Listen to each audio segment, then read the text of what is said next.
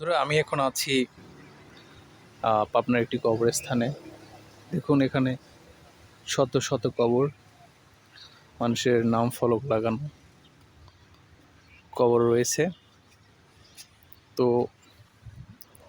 আমরা সব সময় যে আমাদের জীবন নিয়ে অহংকার করি, প্রতিটি ক্ষেত্রে দাম্ভিকতা দেখাই, এটির কিন্তু আসলে এখানেই সমাপ্তি। আমরা লাইফে অনেক কিছু করি যেটা করা ঠিক না, অনেক পাপ করি। আপনার কিন্তু কোনো একদিন কোনো এক সময় হঠাৎ করে আজরাইল এসে আপনার জান কবজ করবে, তখন কিন্তু আপনার সব শেষ। দেখুন এখানে কত কবর, এই পাশটায় দেখুন কত লম্বা জায়গা, এই সাইডে দেখুন শত শত নেম প্লেট ব্যবহার করা হয়েছে কবরের উপরে, অনেক কবর। দেখুন কবরস্থান যতই সুন্দর করে আপনি সাজান না কেন, আসলে আপনার কর্মফলই কিন্তু আপনাকে শেষ হাসরের ময়দানে ভোগাবে।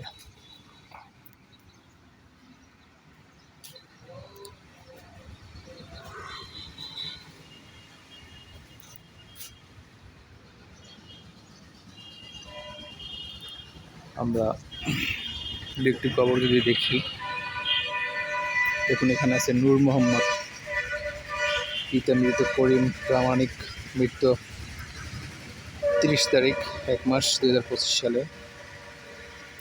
পাশে একটি রয়েছে মরহুম ছোড়াব, মরহুম শহীদুল, মরহুম রহিমা খাতুন। এই যে দেখুন কবরের উপর কত সুন্দর ফুল ফুটেছে, আলহাজ সোহরাব হোসেন মুন্সি। এই একটা গাছ হয়েছে বড়, প্রচুর কবর প্রচুর। তারপরে দেখুন এখানে রয়েছে মোসাম্মদ ছকিনা। সবাই এনাদের জন্য দোয়া করবেন, তারা যেন পরেবারে ভালো থাকে।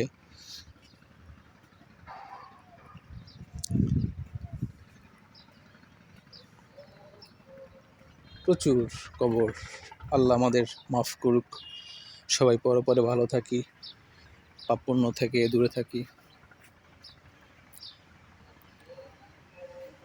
সুন্দর পরিপাটি কবরস্থান। দেখুন নূর মুরসালিন আহমেদ অমিত, বাসা হচ্ছে চক চিরট, পাবনা।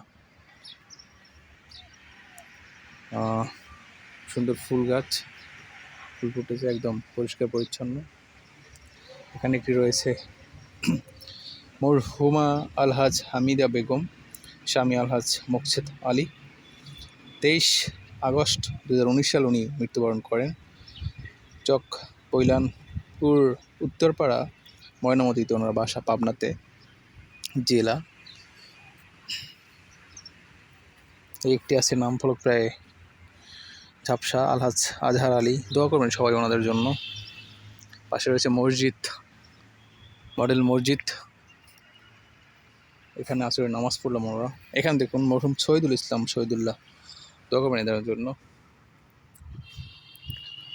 খুব সাজিয়ে গুছিয়ে মানুষ যদি একটা ইসলামিক লাইফ লিড করতে পারি, আমরা পরকালে কিন্তু আমরা আল্লাহর কাছে গিয়ে বলতে পারবো যে আমি আপনার সব কিছু মেনে চলি। তো সবার উচিত লাইফের গুরুত্ব বোঝা, ইসলামের গুরুত্ব বোঝা।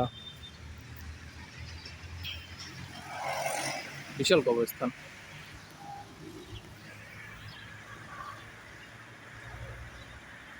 চারপাশটা দেখুন।